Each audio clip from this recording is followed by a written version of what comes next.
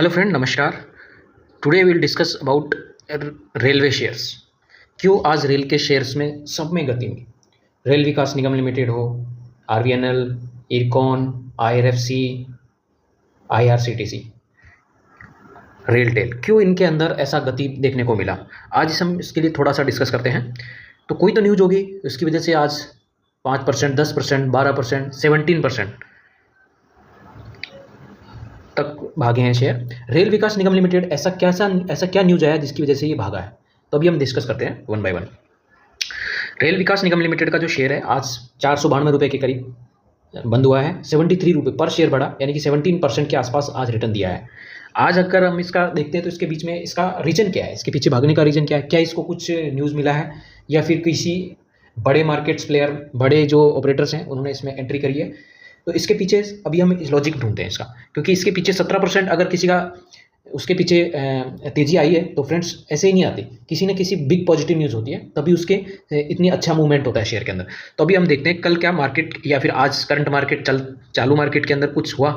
तो अभी सबसे पहले हम ये देखते हैं कि ये जो अब हमको बताया जा रहा है, ये देखो डीएमआरसी के साथ इसका रेल विकास निगम लिमिटेड का एक एमओयू साइन हुआ है। मेमोरेंडम ऑफ यूनिट्स बोलते हैं इसको, एमओयू साइन हुआ है।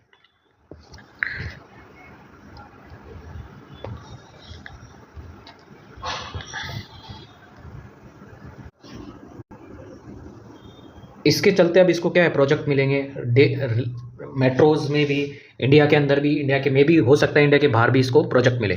तो अभी इस एमओयू में हुआ क्या है, इस एमओयू के अंदर उसको एक कॉन्ट्रैक्ट मिलेगा इन फ्यूचर में। अभी मिला नहीं है, लेकिन आप देख सकते हो कि इसको अभी एमओयू साइन किया है रेल विकास निगम लिमिटेड के साथ। उसमें इसको अंडर दिस एमओयू आप देख सकते हो, under this MOU project service railway high speed rail corridor multibridge instruction, ये जो एसएनटी वर्क, मतलब इलेक्ट्रिफिकेशंस का भी हो सकता है वर्क।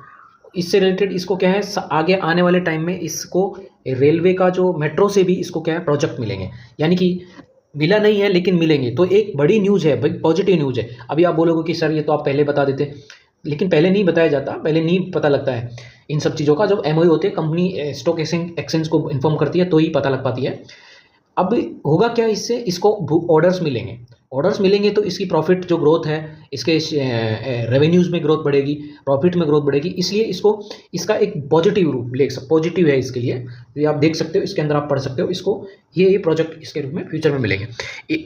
इंडिया के बाहर भी इनको प्रोजेक्ट अभी मिलने लगे हैं, क्योंकि कंपनी का जो है लास्ट पिछले 2-1 सालों से काफ़ी अच्छा रिटर्न दिया है। तो आपको भी हम दिखा सकते हैं, देखो पिछले 5 दिन के अंदर लगभग 18% का, जिसमें आज सिंगल डे में 17% का रिटर्न है। 1 मंथ के अंदर अगर देखते हैं तो लगभग 40% का रिटर्न है। 6 मंथ का अगर देखते हैं तो लगभग 166 रिटर्न पे है।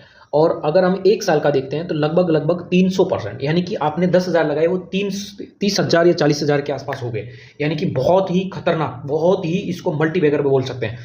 ये कंपनी इंफ्रास्ट्रक्चर से रिलेटेड काम है। आपको पता है कि रेलवे सेक्टर इसके लिए गवर्नमेंट के लिए अभी बहुत इंपॉर्टेंट सेक्टर है, और जो गवर्नमेंट बनी उसने भी जो मिनिस्टर है श्री अश्विनी जी वैष्णव जी, उनको कंटिन्यू रखा है, मतलब उनके पर विश्वास रखा है, ताकि प्रोजेक्ट में जो भी प्रोजेक्ट पेंडिंग है, जैसे अभी high speed Mumbai to Ahmedabad high speed rail corridor pending पड़ा है, तो पूरी तरह से उसमें भी काम चल रहा है दिनों रात। तो यानी कि इसको प्रोजेक्ट मिलेंगे, आने वाले टाइम में बहुत प्रोजेक्ट मिलने वाले हैं। तो जब प्रोजेक्ट मिलेंगे, इसको बुक ऑर्डर इसके बाद स्ट्रॉन्ग होगा, तो ऑब्वियस की बात है इसका प्रॉफिट भी बढ़ेगा। इसी के चलते अदर शेयर्स में क्या है, अदर शेयर्स में भी सारा का सारा कंस्ट्रक्शन वर्क आरवीएनएल से तो नहीं हो सकता है। इसी प्रकार एयरकॉन को भी कंस्ट्रक्शन वर्क मिलता है। आज जो सबसे तेज़ी आरवीएनएल के बाद में एयरकॉन की हुई है, और फिर जब पटरी वटरी बन जाएगी तो उसके बाद फाइनली क्या ट्रेन दौड़ने लगेगी, तो फिर इससे क्या होगा, आईआरसीटीसी को भी फायदा होगा। इसलिए आईआरसीटीसी में मूवमेंट हुआ है। अगर ये सब करने के लिए, ये सब पूरा अपने को 2 सिटीज़ को कनेक्ट करना है, तो कनेक्ट करने के लिए अपने को पहले इंफ्रास्ट्रक्चर डेवलपमेंट करना पड़ेगा। इंफ्रास्ट्रक्चर डेवलपमेंट करने से पहले उसको फाइनेंशियली ज़मीन अधिग्रहण करने के लिए, या फिर जो भी वहाँ पे इंफ्रास्ट्रक्चर बिछाना है तो सबसे पहले मनी की ज़रूरत पड़ती है। अब रेलवे का मनी के लिए सबसे एक ही कंपनी है जो रेलवे के लिए काम करती है, dedicated to railway, Indian railway financing corporation. इसलिए आज वो भी बड़ी है कंपनी, बल्कि उसको कोई प्रोजेक्ट, आज कोई उसको ऑर्डर नहीं मिला है, ऑर्डर या फिर उसके साथ किसी के साथ एमओयू नहीं हुआ है। एमओयू हुआ है तो सिर्फ और सिर्फ आरवीएनएल का हुआ है, लेकिन उसका सबको एक इफेक्ट देखने को मिला। उसके पीछे यही है क्योंकि इसको प्रोजेक्ट मिला है तो इंप्लीमेंट करने के लिए इसको भी पैसा चाहिए, तो वो आईआरएफसी से लेगी। और प्रोजेक्ट अगर कंस्ट्रक्शन काम चलेगा तो इरकॉन को मिलेगा। जब सब कुछ ए और बी सिटी को अच्छे से जोड़ दिया, कनेक्ट कर दिया जाएगा, तो ट्रेनें जब चलने लगेगी तो पैसेंजर ट्रेन है, फिर फास्ट ट्रेन है, तो उससे क्या होगा, टिकटिंग बढ़ेगी। टिकट जो अगर बढ़ेगा तो रेवेन्यू बढ़ेगा, आईआरसीटीसी उससे उसको बेनिफिट होगा। यानी कि सारे जो शेयर है रेलवे के, आप कभी भी ऑब्जर्व करना, सारे सेक्टर्स जब मूवमेंट करते हैं तो ऑलमोस्ट सारे सेक्टर मूवमेंट करते हैं, क्योंकि ये एक दूसरे के साथ लिंक हुआ है। इसलिए कभी भी शेयर, अभी आप जैसे इसको ऑर्डर मिलेगा, मेट्रो स्टे दिल्ली मेट्रो के साथ एमओयू है, लेकिन जब ऑर्डर मिलेगा तो कोई ज़रूरी नहीं है कि 17% का उसमें जंप लगे, जरूर नहीं, क्योंकि उसके साथ एग्रीमेंट अब हो रहा है। ये सबसे बड़ी पॉजिटिव चीज़ है कि उसको एग्रीमेंट हो रहा है। एग्रीमेंट हुआ है, इसका मतलब आने वाले टाइम में उसको 100% रेलवे को, आरवीएनएल को एमओयू किया है मेट्रो के साथ, तो उसको प्रोजेक्ट मिलेगा ही मिलेगा। दैट्स वाई आज ये मूवमेंट इतना अच्छा खासा मिला है। ओनली मिला रेलवे आरवीएनएल को है, लेकिन सब कुछ मूवमेंट में है, क्योंकि सारा चीज़ लूप में होता है।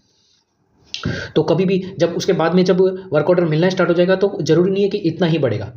ये सारे शेयर है रेलवे के। अभी आने वाले 2 साल पहले आप देखते हैं इनको, 3 साल पहले, ये सब एक पेशेंस का गेम है। पेशेंस अगर किसी के पास होता, देखो यहाँ से लेके यहाँ तक कुछ रिटर्न नहीं मिला, कुछ रिटर्न नहीं मिला लगभग। लेकिन जो यहाँ से जो रॉकेट बनना स्टार्ट किया है, रॉकेट, इसको हम रॉकेट बोलते हैं, ये सिर्फ, लेकिन जो इसने यहाँ से लेके यहाँ तक होल्ड करके रखा, सबसे बड़ी बात है होल्ड करने की कैपेसिटी। आपका पैसा, आपका मनी तभी बनेगा जब आप लॉन्ग टर्म के प्रोस्पेक्ट्स के साथ चलोगे और वो सेक्टर पकड़ो जिससे उसका फ्यूचर आपको ज़मीनी स्तर पर दिखता है। ऐसा नहीं है कि जो आपको हवाई हवाई बातें करे वो उसमें पैसा इन्वेस्ट करना है, नहीं, आपको पहले अपना स्टडी करना है और आपको लगता है कि ये वाला सेक्टर है वो हमको दिखता है और इसकी ग्रोथ बहुत ज़्यादा है, इसलिए उसी सेक्टर के अंदर बहुत पैसा गवर्नमेंट भी इन्वेस्ट करेगी। और गवर्नमेंट भी इंफ्रास्ट्रक्चर ये सब कुछ डेवलप करने में बहुत आगे है। तो अभी इसलिए आपको उसी शेयर में करने का है जिसके अंदर आपको भरोसा है। तो मैं किसी शेयर को, आरवीएनएल को या किसी शेयर को रिकमेंड नहीं कर रहा हूँ खरीदने के लिए। आप अपने फाइनेंस लिए जो भी है उसके साथ डिस्कस करें, लेकिन फिर भी मैं बोलूँगा कि आप जिस भी कंपनी में लगाओ। मैंने पहले भी डिस्कस किया है पूरी बेस में कुछ कंपनियों को 1 साल पहले, वो आज भी उनके आप देखना उसमें अच्छा रिटर्न मिला है, कोई भी उसके बाद नेगेटिव नहीं गई है। तो हम लोग मैं जो भी डिस्कस कर रहा हूँ वो एक लॉन्ग टर्म के हिसाब से डिस्कस कर रहा हूँ।